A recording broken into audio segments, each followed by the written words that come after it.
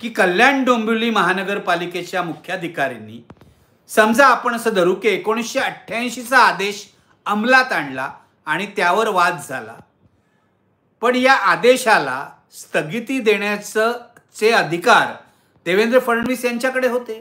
मुख्यमंत्री देवेंद्र फडणवीस यांनी हे अधिकार का वापरले नाहीत?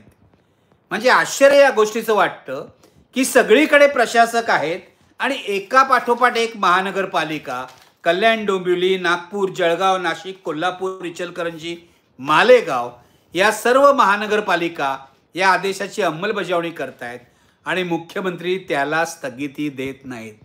याचा अर्थ भारतीय जनता पक्षाच्या मुख्यमंत्र्यांच्या मनात असा आहे का की या आदेशाची अंमलबजावणी मुख्याधिकाऱ्यांनी करावी, आपण त्यांना थांबवण्याचं कारण नाही? हा महत्त्वाचा प्रश्न आहे. राजकारणाला इथेच सुरुवात होते की जर हा आदेश काँग्रेसच्या काळातला आहे, कत्तलखाने बंद ठेवण्याचा किंवा मांस विक्रीची दुकानं 15 ऑगस्टला बंद ठेवण्याचा, तर तो बदलला का नाही देवेंद्र फडणवीस यांनी किंवा या आधीच्या सरकारने?